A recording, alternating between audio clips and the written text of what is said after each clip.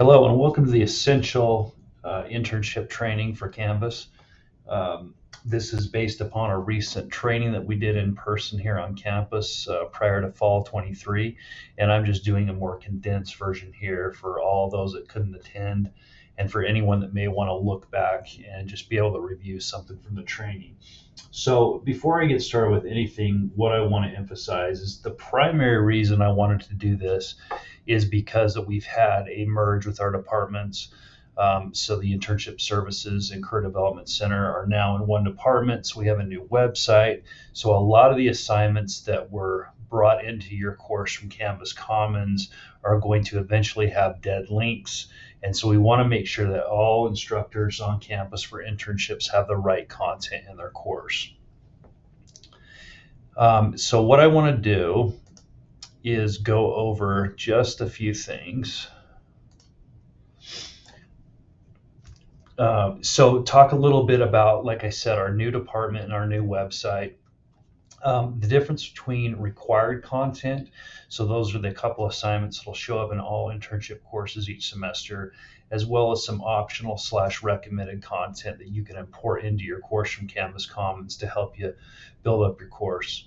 I'll talk a bit about managing Canvas content, so how to make sure that if you're bringing in new things from Canvas Commons, that you're ensuring that old assignments, files, anything like that, pages are not still published, and how to navigate that well. And then I'd like to talk a bit about student troubleshooting, and so this primarily applies to assignments like the supervisor evaluation or the optional learning agreement, which triggers an email to a supervisor of a student. And so sometimes students run into issues where an email cannot be located. We can't get through their strict security system. And so how to best do that where we're taking that problem off your plate, and then how we can handle that through our office. And then finally, we'll talk a bit about the benefits of cross-listing your courses. So as I was saying, we formerly had these standalone departments in Internship Services and the Career Development Center. And now we've merged into one department, which is the Career and Internship Center. So we've got a new website. And like I was saying, we've got internship assignments that point to our website. And so it is important that anything in your course is directed to this new site. And so before we get started, I want to talk a little bit about that site. And so I'd like to show you our new website. So here is the new Career and Internship Center website. We've got a couple sections separated into career services and internships. We've got some various events that you can find on our site. So we'll have like a highlighted internship, an upcoming event that's happening, and then a career lab. So if students are needing to come in and get resumes, cover letters, anything like that reviewed, they can come get that done. Particular to internships, we've also got some data here. So we have our internship enrollment data, and then some student experience data, which actually comes from the completion assessment that's automatically placed in your course each semester. So if I'm going to show you a little bit of this is where you can see things like, was a student offered a job during their internship? What's their average hourly wage? It's all separated by college or major. So you just come through and you select whatever college or major you want, and it'll give you that data specific to that criteria. So that's our main page. And the other thing, we've got an FAQ here if you ever have questions specific to internships relative to the student perspective, faculty perspective, or the employer perspective. An important page for you will be this faculty tab here. And so this is broken up into 6 categories here. We've got assignment and presentation requests. So if you're ever looking for anyone to come into your classroom and give a presentation, you can select this here and fill out a form, and we will get someone sent out your way to do one of those presentations. Here is a link to our Handshake platform where students can search for internships. And then we've also got some various resources like Standout, which is an online interviewing platform where students can practice some of their interviewing skills. Pathway U, which can be helpful to doing a career assessment. And then we've got this resources pages as well. It has some different handouts and some other career related sites that may be useful.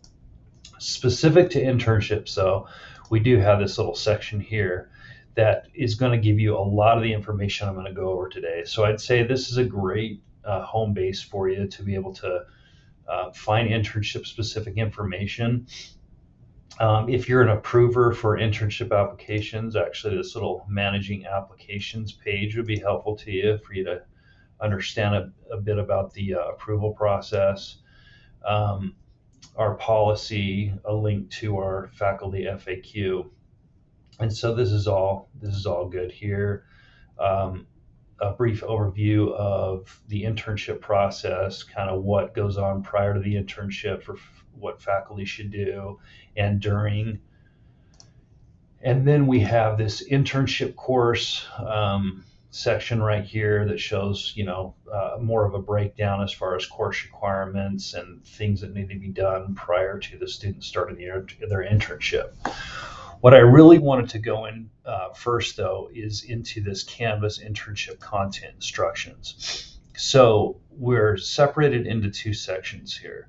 We've got the required content, which is the completion assessment and supervisor evaluation automatically placed into your course. And then we've got our Canvas Commons section, which is really helpful for people that have used our content before and want to update content like I'm talking about today, especially with our new website. Or let's say you're just a brand new instructor, you're trying to get started with an internship course and you don't really know where to start, or you like some resources to help you get started. This is where you could start. So I've actually done a little video instruction, which is about a 5-minute video to help you know how to navigate Canvas Commons and get that into your course. And so this page can be really helpful for you. I'd like to go into the actual Canvas course, though, to show you how this is done. And so if you look at this, just consider this a course where, let's say, it started off blank, and this content here, which is required, was automatically placed into the course.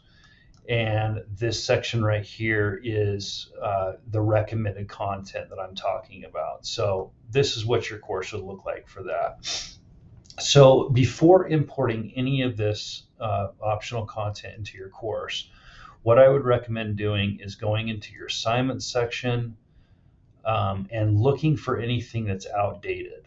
And so if you have some stuff, I'd say before any kind of import, just go in here. And if it's not something that you've gone in and do a lot of custom wording to, so let's say you have this assignment internship learning agreement and you added a bunch of your own wording to it and you want to save that and not have it overwritten, what I would actually do is just edit the assignment and then, write something like update or something like that, so that you can save it, have it preserved for you, and then when you import that new content, you'll know what that particular assignment is that you wanted to preserve and that you may want to update within a new assignment.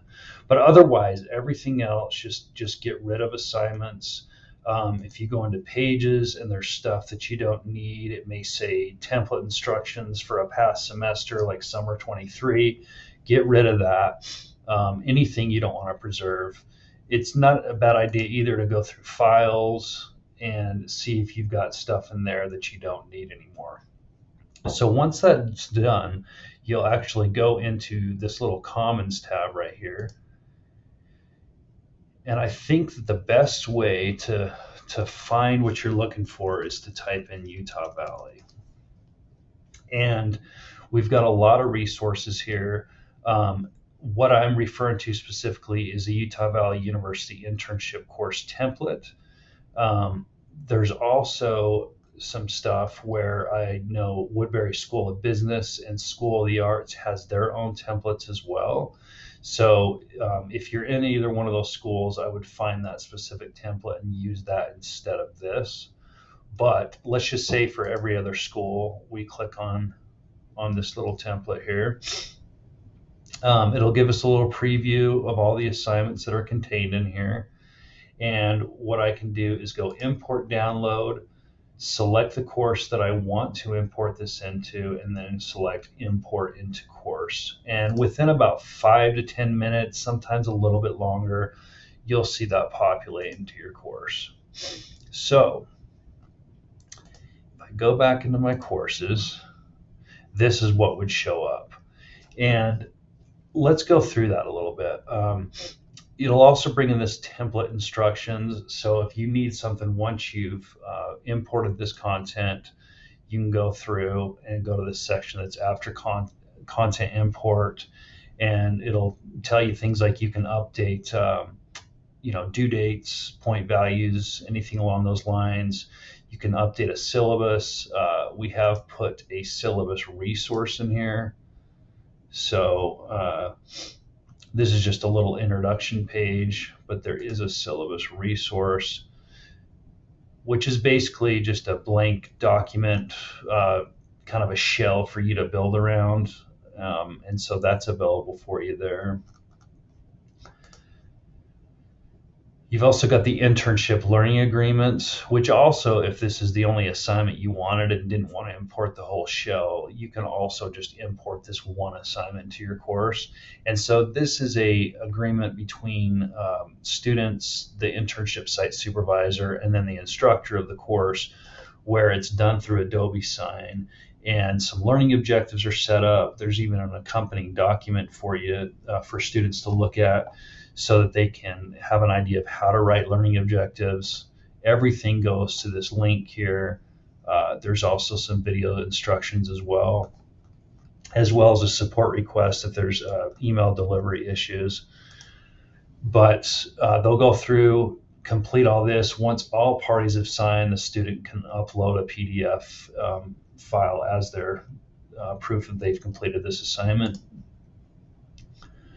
We've also got an hours record log if you'd like students to be able to record their hours. It's a spreadsheet template. They can fill it out, have it signed, and then upload it back into the system here.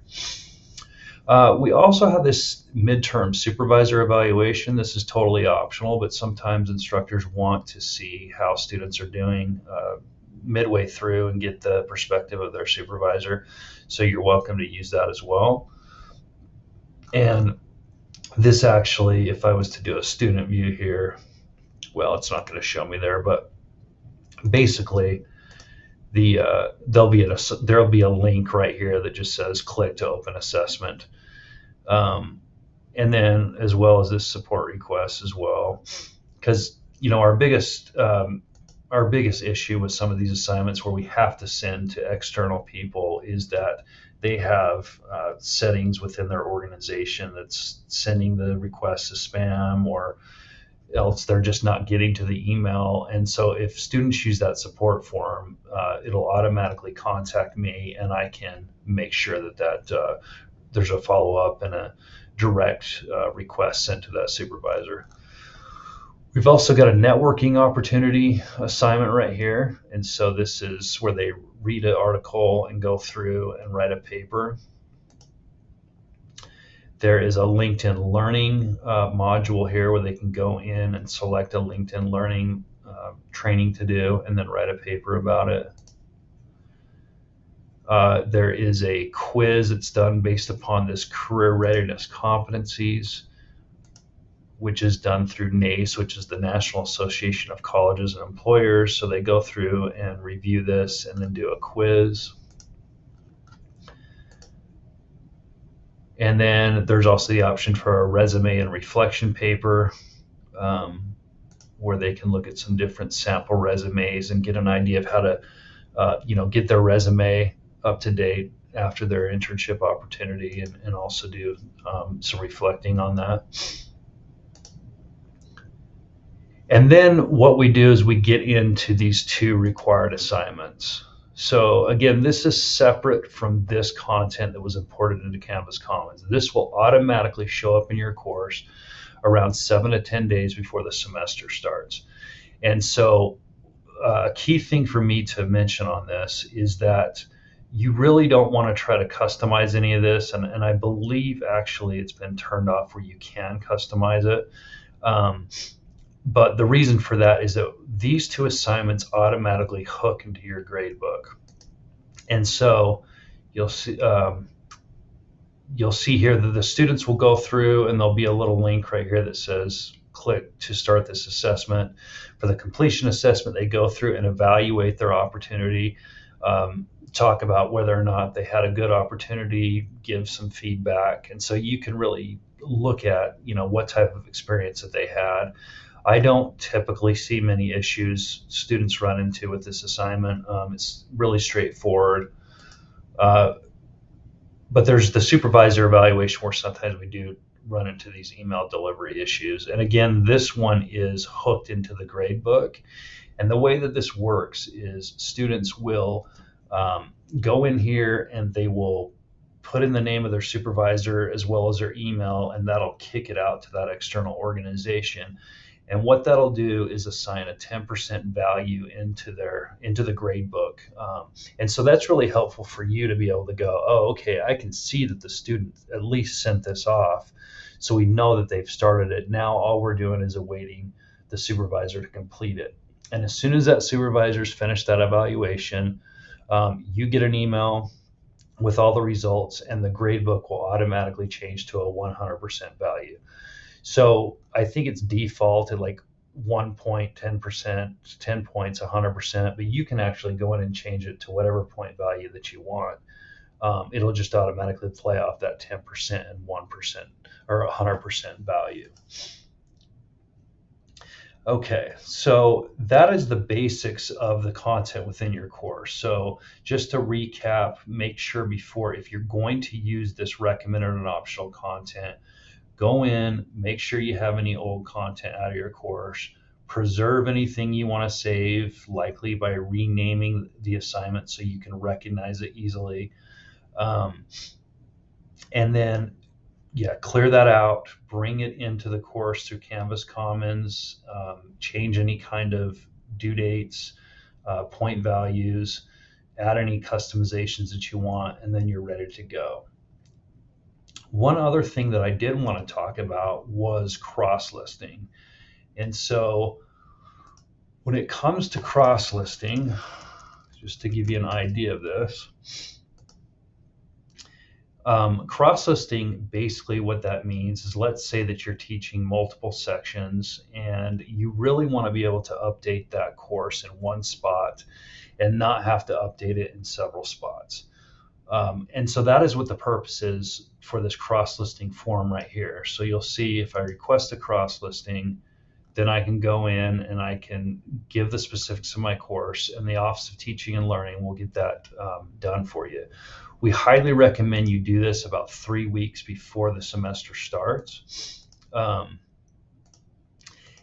the reason for that is that you can get the cross-listing all done, and then when I have OTL push that content, the two required assignments into your course, it correctly maps to your cross-listed course. And so this page gives you some different, FAQs and things that you may want to consider depending on whether or not you want to request a cross-listing. But I would say if you have the same content across multiple courses, cross-listing is definitely the way to go.